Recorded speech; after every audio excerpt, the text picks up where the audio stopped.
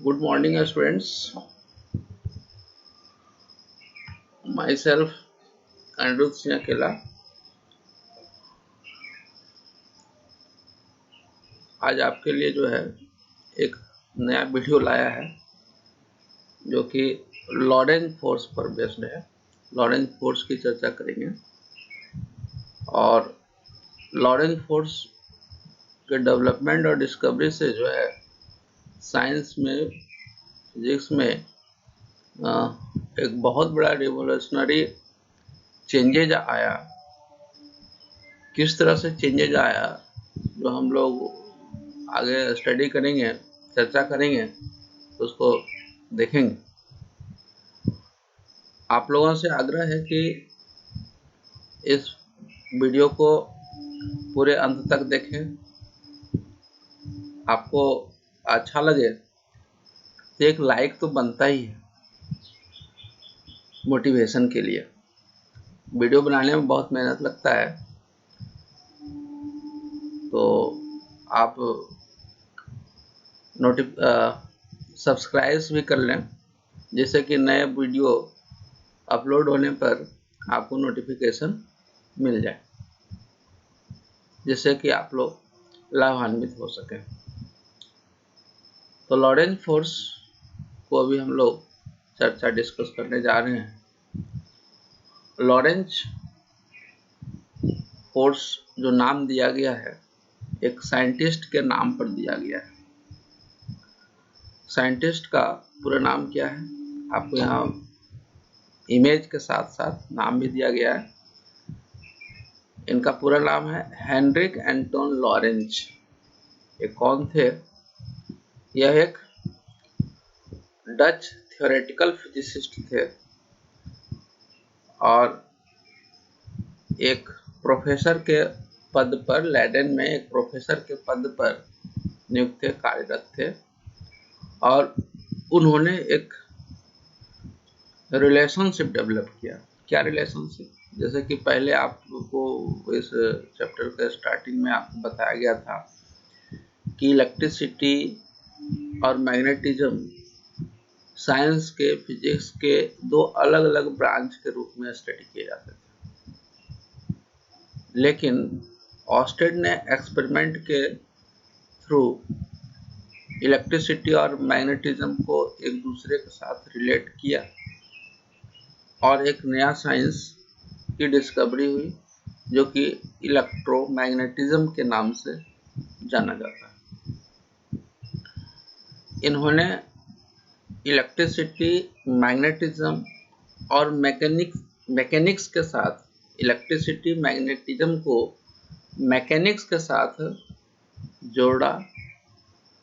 अपने ऑब्जर्वेशन में कुछ रूल्स बताए जो कि एक रिवोल्यूशनरी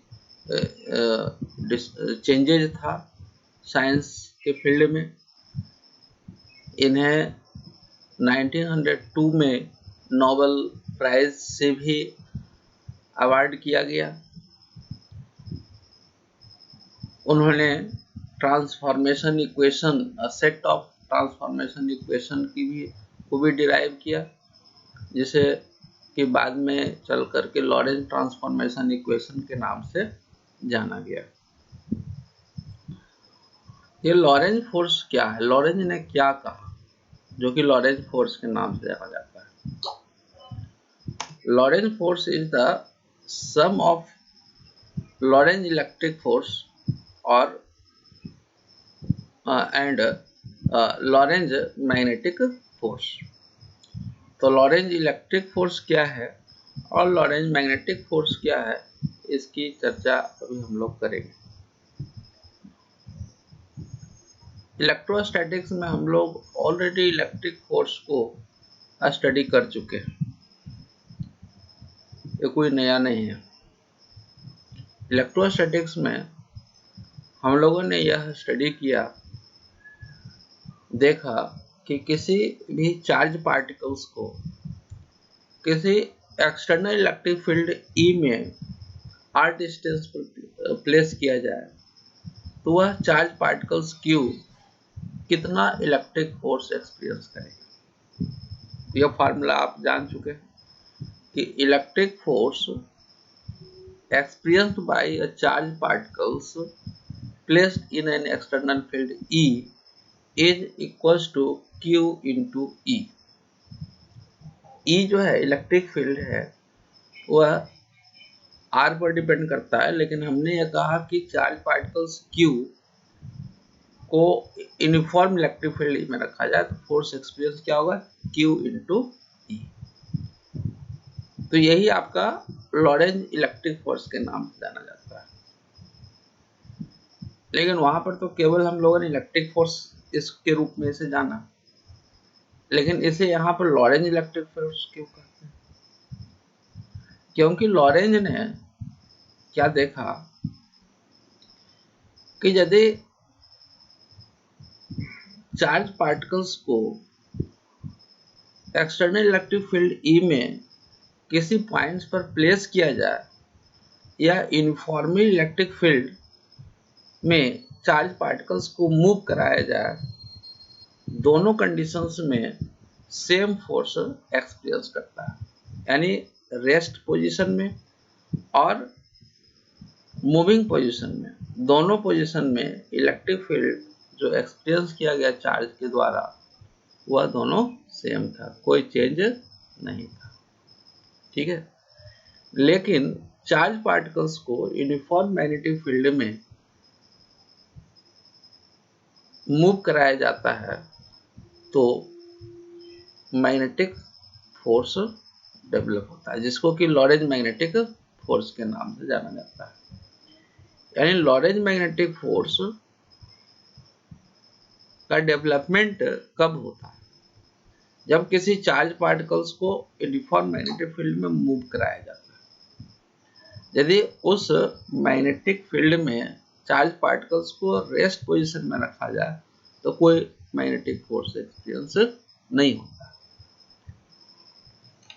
लॉरेंज ने यह एक्सपीरियंस किया, क्या एक्सपीरियंस किया कि कोई करंट कैरिंग कंडक्टर को एक्सटर्नल मैग्नेटिक फील्ड में रखा जाए तो एक फोर्स एक्सपीरियंस करता है। वही फोर्स लॉरेंज मैग्नेटिक फोर्स के नाम से। कितना होगा वो हम लोग आगे देखेंगे, डेवलप करेंगे। तो टोटल लॉरेंज फोर्स जो होगा वह इस रूप में इसके इक्वेशंस को लिखा जा सकता है ना, Q E plus V cross B, that is total electric force and total magnet.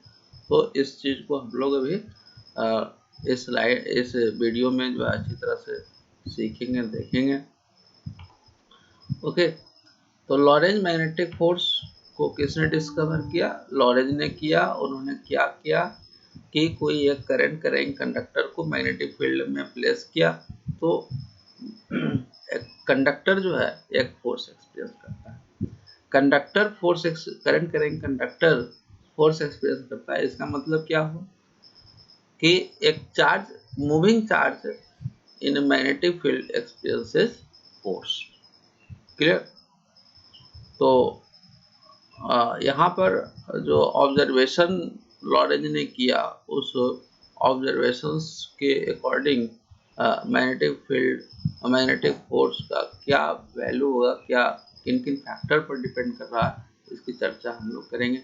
और इसे करने के बाद हम लोग यह भी दूसरे वीडियो में हम लोग देखेंगे कि what will be the force expressed by a current carrying conductor placed in another external magnetic field. Okay, तो लॉरेंज ने क्या क्या एक्सपीरियंस किया? और लॉरेंज ने एक्सपीरियंस किया, क्या एक्सपीरियंस किया कि किसी मैग्नेटिक फील्ड B में, किसी magnetic field, uniform magnetic field B में चार्ज पार्टिकल्स, अब यहां देखिए चार्ज पार्टिकल्स प्लस Q लिया गया। चार्ज पार्टिकल्स Q को जो है मूव कराया गया V वेलोसिटी से।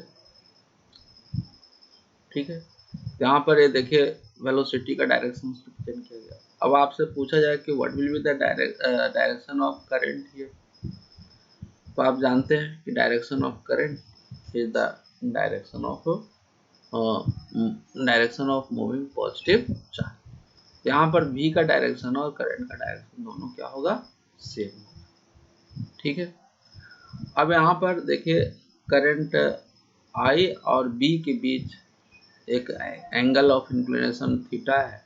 ठीक है, उसकी वैल्यू 0 से लेकर के 189 कुछ भी दे सकते हैं, वो हम लोग देखेंगे यहाँ पर कि लॉरेंज ने जो एक्सपीरियंस किया, क्या क्या एक्सपीरियंस किया।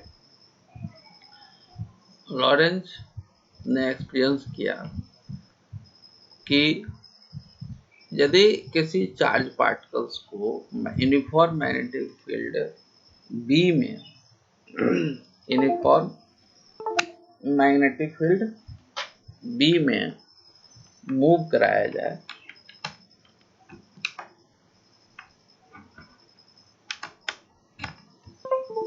ओके, मूव कराया जाए तो फोर्स एक्सपीरियंस करता है, उसी को लॉरेंज मैग्नेटिक फोर्स का। ओके, तो यह मैग्नेटिक फोर्स किन किन फैक्टर पर डिपेंड करता है, इसकी बात हम लोग करने जा रहे हैं कि this force which is denoted by here Fm. Fm represents magnetic force, Lorentz magnetic force. So this Fm is directly proportional to the magnetic field B. This Fm is directly proportional to the velocity V. This is directly proportional to the moving charge Q, and this is directly proportional to the sine of theta. Theta is the angle of inclination of the moving charge particles with magnetic field V. तो इन सभी को combine किया गया, तो combine करने के बाद क्या लिख सकते हैं, Fm is directly proportional to BVQ into sin theta। और इसी को जो वेक्टर फॉर्म में यदि लिखा जाए तो क्या लिख सकते हैं, Fm is equal to Q into V cross of B। आप सभी जानते हैं कि force is a vector quantity, तो इसका एक पर्टिकुलर डायरेक्शन होगा। क्या डायरेक्शन होगा, जो एक्सपेरिमेंट के आधार पर उन्होंने जो डायरेक्शंस फोर्स को देखा और उसको इस फार्मूला में फॉर्मुलेट किया, तो हमेशा क्या आया, किस फॉर्म में आया, Q into V cross of B। यदि यहाँ पर V क्रॉस B के प्लेस पर B क्रॉस V लिखा जाए तो फार्मूला गलत हो जाएगा। मैग्नीट्यूड तो सेम होगा, मैग्नीट्यूड सेम होगा, लेकिन डायरेक्शंस चेंज। तो एक्सपेरिमेंट के बेसिस पर जो ऑब्जर्वेशन आया, उस ऑब्जर्वेशन को डायरेक्शन के साथ जो फार्मूला फॉर्मुलेट किया लॉरेंज ने, वह क्या आया, Fm is equal to Q V cross of B, not B cross of B। इसे अच्छी तरह से याद रखना, यदि B क्रॉस B करते हैं तो बहुत बड़ा ब्लंडर मिस्टेक होगा। ठीक है, और इसी चीज को जो है एक्सपेंड फॉर्म हम लिख सकते हैं, Fm is equal to Q V sin theta and unit vector of n। यानी यहाँ पर लॉरेंज मैग्नेटिक फोर्स Fm के डायरेक्शंस बताने के लिए ये बहुत इम्पोर्टेंट फैक्टर्स है, unit vector of n। Unit vector n क्या होगा, आप लोग 11th क्लास में भी स्टडी कर चुके हैं, यहाँ भी जो है हमने रिवाइज कराया था, है ना, V क्रॉस B। हाँ, इसको A क्रॉस B वेक्टर जहाँ पर डिफाइन किया गया था, राइट हैंड स्क्रू रूल से भी इसको फाइंड कर सकते हैं। और यहाँ पर जो है फ्लेमिंग्स ने एक रूल दिया है, जो कि फ्लेमिंग लेफ्ट हैंड रूल के नाम से जाना जाता है, जिसको अभी हम लोग नेक्स्ट स्लाइड में डिस्कस करेंगे। फ्लेमिंग्स लेफ्ट हैंड रूल के हेल्प से हम लोग इस मैग्नेटिक फोर्स के डायरेक्शंस को हमेशा फाइंड करेंगे। तो यहाँ पर देखिए एक पॉजिटिव चार्ज Q को जो है v वेलोसिटी से इस तरह से मूव कराया गया, तो फोर्स का डायरेक्शन यह है, ठीक है। अब देखिए यदि यह चार्ज पार्टिकल्स पॉजिटिव हो ना हो करके क्या हो, नेगेटिव हो, तो नेगेटिव होने पर क्या होगा, वेलोसिटी का डायरेक्शन तो ही होगा, लेकिन करंट का डायरेक्शन चेंज हो जाएगा, जस्ट रिवर्स हो जाएगा। आप हमेशा जानते हो कि direction of current, that is traditional current, is always taken the direction of positive charge। यदि नेगेटिव चार्ज भी मूव कर रहा है तो जो जिस डायरेक्शन में नेगेटिव मूव कर रहा है उसके अपोजिट डायरेक्शन में करंट होगा। वेरी बेसिक फंडामेंटल्स है, इसको आप पहले से ही जानते हैं, इस पर ज़्यादा डिस्कस करने की जरूरत नहीं। तो ऐसी कंडीशंस में क्या होगा, इस मैग्नेटिक फोर्स F का डायरेक्शंस जो है रिवर्स हो जाएगा। यदि पॉजिटिव चार्ज Q के प्लेस पे नेगेटिव चार्ज Q ले जाए तो इस कंडीशंस में क्या होगा, फोर्स का डायरेक्शन रिवर्स हो जाएगा, जिसको कि हम लोग यहाँ पर इस रूप में दिखा सकते हैं। देखिए नेगेटिव चार्ज लिया गया, करंट अपोजिट हो गया और मैग्नेटिक फोर्स उसके अपोजिट डायरेक्शन में हो गया, ठीक है।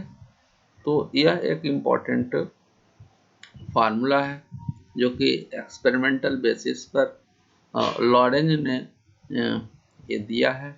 इसके कुछ स्पेशल केस की बात हम लोग करें, डिस्कस करें। मैकेनिक्स इसके मतलब यूज करके जो है एक मैग्नेटिक इस चैप्टर में एक डिवाइस डेवलप किया गया जो कि साइक्लोट्रॉन के नाम से जाना जाता है, जिसकी चर्चा हम लोग करेंगे दूसरे वीडियो में, जो कि एक बहुत ही इम्पोर्टेंट सीबीएसई सिलेबस में यह एक इम्पोर्टेंट टॉपिक्स होगा। साइक्लोट्रॉन एक फुल 5 मार्क्स क्वेश्चन जो है इस पर तैयार होता है, तो हम लोग देखेंगे उसको। अभी हम लोग इसके स्पेशल केसेस कुछ हम लोग देखें। तो अभी हमने कहा था कि यदि किसी चार्ज पार्टिकल्स Q को मैग्नेटिक फील्ड में रेस्ट में रखा जाए, यानी यह प्लस Q या माइनस Q चार्जेज रेस्ट में हो, तो कितना मैग्नेटिक फोर्स एक्सपीरियंस हो, तो magnetic force will be zero, no magnetic force will be experience by the charged particles. क्यों नहीं होगा, जो इस फार्मूला से सेटिस्फाई हो जाता है। देखिए क्या होगा, v इज जीरो, इस फार्मूला में v की वैल्यू आप जीरो रखते हो तो Fm is equal to zero, यानी यह मैग्नेटिक लॉरेंज फोर्स कब डेवलप होगा, जब चार्ज पार्टिकल्स मैग्नेटिक फील्ड में मूव करेगा। क्या चार्ज पार्टिकल्स मैग्नेटिक फील्ड में किसी भी कंडीशन में या किसी भी तरह मूव करेगा तो मैग्नेटिक फोर्स क्या डेवलप होगा, नो। एक ऐसा केस है, देखिए यहाँ पर इस फार्मूला में साइन थीटा टर्म आया है, यानी इस Fm की वैल्यू इस थीटा पर भी डिपेंड करती है। तब सोचिए कि थीटा साइन थीटा की वैल्यू यदि जीरो हो जाए तो Fm इज ऑल्सो जीरो, जबकि वेलोसिटी है। तो साइन थीटा की वैल्यू जीरो कब होगा, if theta is equal to zero.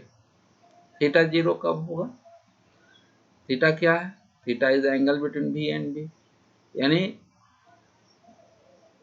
Charge particles Q को मैग्नेटिक फील्ड B के डायरेक्शंस में ही मूव कराया जाए, यानी सेम डायरेक्शंस में मूव कराया जाए, तब भी चार्ज पार्टिकल्स के मूवमेंट को होते हुए भी कोई फोर्स एक्सपीरियंस नहीं होगा, जो कि यहाँ पर दिखाया गया। ठीक है, क्या दिखाया गया कि थीटा इक्वल टू 0 डिग्री और 180 डिग्री, यानी sign 0 is 1, sin 0 is 0 and sin 180 is also 0. So Fm will be 0. That is if the charge moves parallel or anti-parallel to the direction of magnetic field, then Fm is equals to 0. ये Lorentz magnetic force आप देख रहे हैं यहाँ पर कि दो condition में 0 आ रहा है. फर्स्ट वन इज यदि चार्ज पार्टिकल्स को मैग्नेटिक फील्ड में रेस्ट में रखा जाए, मोशन में ना रखा जाए, तब Fm 0 होगा. और यदि चार्ज पार्टिकल्स को मैग्नेटिक फील्ड के डायरेक्शंस में या उसके अपोजिट मूव कराया जाए, तब भी मैग्नेटिक फील्ड 0. अब देखिए यदि 90 डिग्री पर रखा जाए तो क्या होगा. 90 डिग्री रखने पर फोर्स एक्सपीरियंस जो होता है that will be maximum, because here sin theta is maximum, sin 90 is 1, maximum value is 1. तो इस कंडीशंस में क्या होगा, if theta is equal to 90 degree, the charge moves charge moves perpendicular to the magnetic field, then the force is maximum. तो force maximum force कितना होगा, क्या आप इस फार्मूला से आप तुरंत आप बता सकते हो. Fm is equals to QV into QVB. Maximum force is QV. तो इसी प्रिंसिपल्स को यूज करके, इसी कंडीशंस को यूज करके साइक्लोट्रॉन बनाया गया है. साइक्लोट्रॉन में हम लोग क्या करते हैं, किसी भी चार्ज पार्टिकल्स को हाईली एनर्जाइज करते हैं और वो जो एनर्जाइज करते हैं वो किसी न किसी पर्पस से करते हैं, जो हम लोग वहां पर डिस्कस करेंगे. तो यहाँ पर 3 स्पेशल केस दिखा है. अब एक प्रश्न, एक क्वेश्चन से ये बनता है कि यदि थीटा की वैल्यू अदर देन 0 और 90 हो, यानी 0 और 90 डिग्री के बीच हो, तो वैसी कंडीशंस में क्या होगा, क्या फोर्स एक्सपीरियंस होगा या नहीं होगा. और फोर्स यदि एक्सपीरियंस होगा तो चार्ज पार्टिकल्स का मूवमेंट किस तरह से होगा. यहाँ पर साइक्लोट्रॉन में आप देखेंगे कि मूवमेंट जो है, ये फोर्स जो QVB जो है ऑलवेज लग रहा है. कैसा लग रहा है, इस B और V के हमेशा परपेंडिकुलर. तो जिस डायरेक्शन में आपने चार्ज को प्रोजेक्ट किया है, क्या मैग्नेटिक फोर्स F अप्लाई होगा, तो क्या उसी दिशा में वो मूव करता रहेगा. नो, उस मैग्नेटिक फोर्स के कारण चार्ज पार्टिकल डिफ्लेक्ट होगा और अपने पाथ को चेंज करेगा. इस थर्ड केस में if थीटा 90 डिग्री है, तो वैसी कंडीशंस में चार्ज पार्टिकल्स जो है एक सर्कुलर पाथ पर वह मूव करता है, सर्कुलर मोशन में आ जाता है. तो क्या थीटा की वैल्यू 0 और 90 डिग्री के बीच कोई भी आर्बिट्ररी एंगल होगा, तो क्या वह सर्कुलर पाथ में एक पर्टिकुलर रेडियस वाले सर्कुलर पाथ में मूव करता रहेगा. नो, आर्बिट्ररी एंगल यानी थीटा की वैल्यू 0 और 90 डिग्री के बीच में होगा, तो वह सर्कुलर मोशन के साथ साथ वह प्रत्येक मोशन में वर्टिकली, वह मतलब उसमें रोटेशनल मोशन और ट्रांसलेशनल मोशन दोनों होगा. और इस मोशन के कारण जो है आपका एक हेलिकल फॉर्म का फॉर्मेशन होगा, हेलिक्स के फॉर्म में वो रोटेट करेगा, जिसकी चर्चा हम लोग अलग वीडियो में करेंगे. अभी हम लोग चर्चा करेंगे कि मैग्नेटिक फील्ड B और करंट का डायरेक्शन यानी V का डायरेक्शन गिवन है. करंट का डायरेक्शन और मैग्नेटिक फील्ड B का डायरेक्शन गिवन है, तो मैग्नेटिक फील्ड किस डायरेक्शन में एक्ट होगा, इसको फाइंड करने के लिए फ्लेमिंग ने एक रूल दिया, जो कि फ्लेमिंग लेफ्ट हैंड रूल के नाम से जाना जाता है. तो ये फ्लेमिंग लेफ्ट हैंड रूल क्या है, तो हम लोग यहाँ पर देखें. फ्लेमिंग ने अपना लेफ्ट हैंड को लेफ्ट हैंड के 3 फिंगर्स को इस फिगर में जो दिखाया गया उस तरीके से जो है एक्सटेंड किया. इस फिगर में आप देख रहे हैं कि 3 फिंगर्स का यूज किया गया। This is known as central finger, this is 4 finger and this is the. इन तीनों फिंगर्स को इस तरह से एक्सटेंड किया गया है कि ये तीनों म्यूचुअली परपेंडिकुलर, एक दूसरे के perpendicular.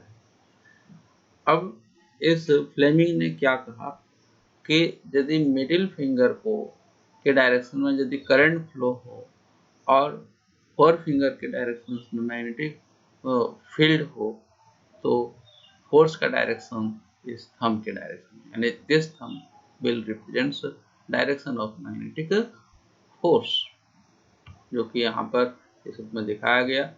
Central finger represents electric current I, 4 finger represents magnetic field B, then magnetic force will be thumb will represents magnetic force, that is Lorentz magnetic force।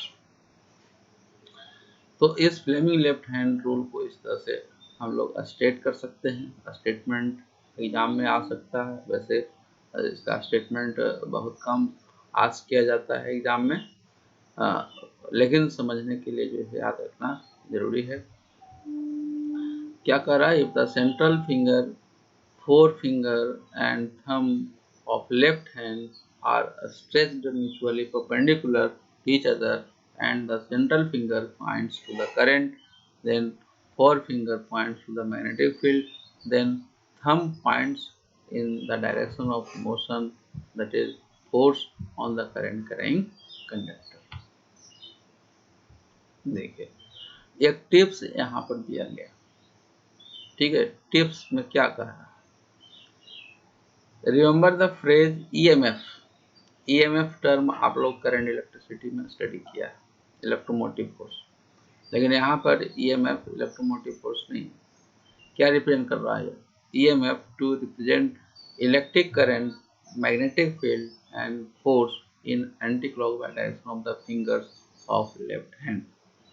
यानी लेफ्ट हैंड आपने लिया, ठीक है, तो अभी आपने जो 3 फिंगर्स लिया है उसमें यदि आप देखें वन साइड से, तो इलेक्ट्रिक करंट, मैग्नेटिक फील्ड और फोर्स आ रहा है, तो एंटी क्लॉकवाइज डायरेक्शंस में इसको मूव कराएं, इलेक्ट्रिक करंट को मैग्नेटिक फील्ड की तरफ मूव कराएं, तो जो नेक्स्ट जो थंब आएगा that will be the force, ठीक है। तो इस तरीके से हम लोग जो है इस फोर्स का डायरेक्शन हम लोग फाइंड कर सकते हैं।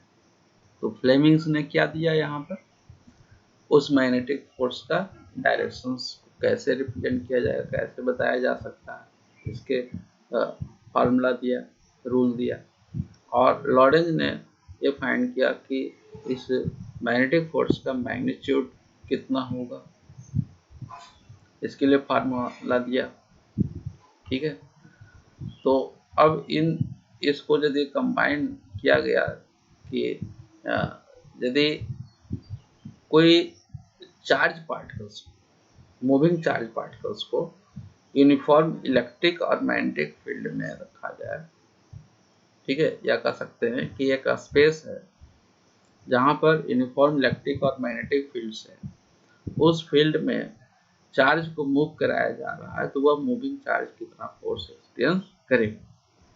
तो जो फोर्स एक्सपीरियंस करेगा that is known as Lorentz force, जिसकी कि फर्स्ट स्लाइड में ही हम लोग डिस्कस कर चुके थे कि लॉरेंज फोर्स की वैल्यू क्या होगा, F is equal to QE, this QE is the electric force and this QV cross B represents magnetic force. यहाँ पर Q को कॉमन ले लिया गया है, इसलिए इस रूप में इसको represent, this is the total Lorentz force. तो इस लॉरेंज मैग्नेटिक लॉरेंज फोर्स के हेल्प से हम लोग यहाँ पर मैग्नेटिक फील्ड को के यूनिट्स को, डायमेंशंस को फाइंड कर सकते हैं, और जो इसकी डायमेंशंस हैं, यूनिट्स है, उसको डिफाइन कर सकते हैं। SI unit of magnetic field आपको पहले बताया जा चुका है, that is Tesla. SI unit of magnetic field Tesla, जिसको कि हम लोग 1 टेस्ला को कैसे डिफाइन करें, ये भी हम इस फार्मूला से डिफाइन कर सकते हैं। Magnetic field at a point में बी डिफाइंड, इस तरीके से भी हम मैग्नेटिक फील्ड को डिफाइन कर सकते हैं। क्या? Magnetic force, magnetic field at a point may be defined as the force acting on a unit charge moving with a unit velocity at right angles to the direction of the field।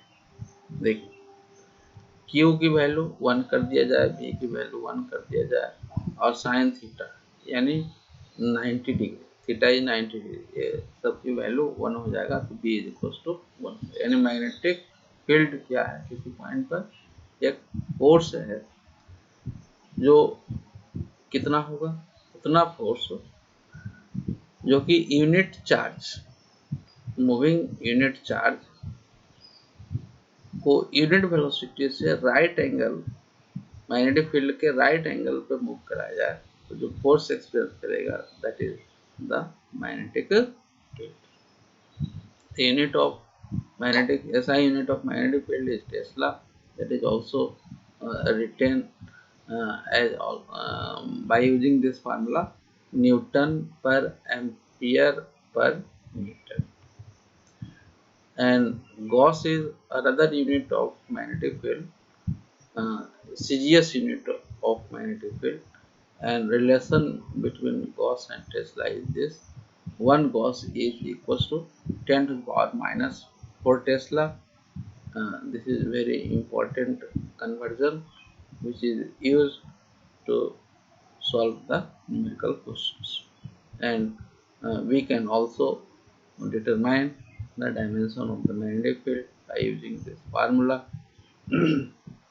So dimensions of magnetic field is determined, is found m t to the minus 2 a to the power minus of 1। Okay, एक छोटा सा numerical questions यहाँ put किया गया है।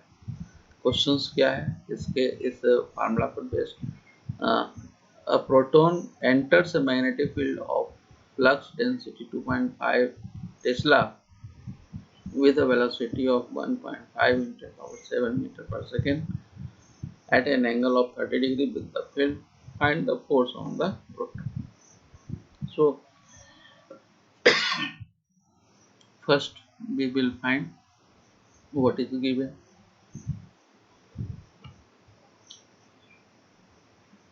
here, charge particles Q, charge particles Q is here proton, so charge on one proton is 1.6 minus 16. This value is not given in these questions, you have to know about it। V is given 1.5 into power 7 meter per second, theta is given 30 degree, and magnetic field is given 2.5 Tesla। ये formula आपने अभी study किया, F is equal to q v v sine theta, इस पर हम लोग ये value put up कर देंगे, value very simple questions two numericals. देखिए, one questions more is going to discuss, very simple 1 marks question. एक डायग्राम दिया गया, फिगर दिया गया है, इस फिगर में देखिए क्या रिप्रेजेंट कर रहा है। ये क्रॉस मार्क्स रिप्रेजेंट कर रहा है कि magnetic field inside the plane, inside the plane means inside the screen, that is in Y directions. Y directions में मैग्नेटिक फील्ड है, एक्स डायरेक्शन में चार्ज पार्टिकल्स को मूव कराया जा रहा है, यानी कुछ वेलोसिटी दिया जा रहा है। तो कंडीशंस देखिए यहाँ क्वेश्चंस में, if the magnetic field is parallel to the positive y-axis and the charged particle is moving along the positive x-axis, clear? So which way would the Lorentz force be for an electron, that is negative charge, and be for a proton, positive charge? देखिए, ये already discuss किया जा चुका है previous slide में, लेकिन फिर भी आपको यहाँ पर ये बताना है कि किस डायरेक्शन में मैग्नेटिक लॉरेंस फोर्स होगा। यहाँ देखिए यह भी इस डायरेक्शन मूव कर रहा है, क्या, इलेक्ट्रॉन्स। तो करंट क्या हुआ, इसके जस्ट अपोजिट डायरेक्शन में, ठीक। तो अपोजिट डायरेक्शन में करंट आई और इस डायरेक्शन में बी, तो V क्रॉस B, यानी I क्रॉस B को हमें देखना है। इस फार्मूला को यदि हम लोग अप्लाई करें तो इलेक्ट्रॉन के केस में जो फोर्स का डायरेक्शन होगा वह क्या होगा, negative of the Z direction, और प्रोटॉन के केस में जो होगा that will be positive of Z direction. यहाँ पर फ्लेमिंग्स लेफ्ट हैंड रूल को भी अप्लाई किया जा सकता है, उसके हेल्प से भी फाइंड कर सकते हैं। तो वीडियो यही था, 2 असाइनमेंट दिया गया है, उसको कंप्लीट करना है। First question is an electron is moving northwards with velocity of 10⁻⁷ metre per second in a magnetic field of 3 tesla directed towards downwards, calculate the instantaneous force on the electron. इसका answer यहाँ given है, इसको आपको solve करना है। Second question is this one, a positive charge of 1.5 microcoulomb is moving with a speed of 2 × 10⁻⁶ meter per second along the positive x-axis. A magnetic field B is equal to 0.2 unit vector J plus 0.4 unit vector of K Tesla acts in a space. Find the magnetic force acting on the charge. Answer इसका भी यहाँ given है, very simple दोनों questions है जो कि direct formula पर आपको सॉल्व हो जाएगा। Fm is equal to Q V cross B के फार्मूला पर। Okay, thanks for watching the video. यदि आपको अच्छा लगा हो वीडियो तो लाइक करें, शेयर करें और सब्सक्राइब करें। Thank you.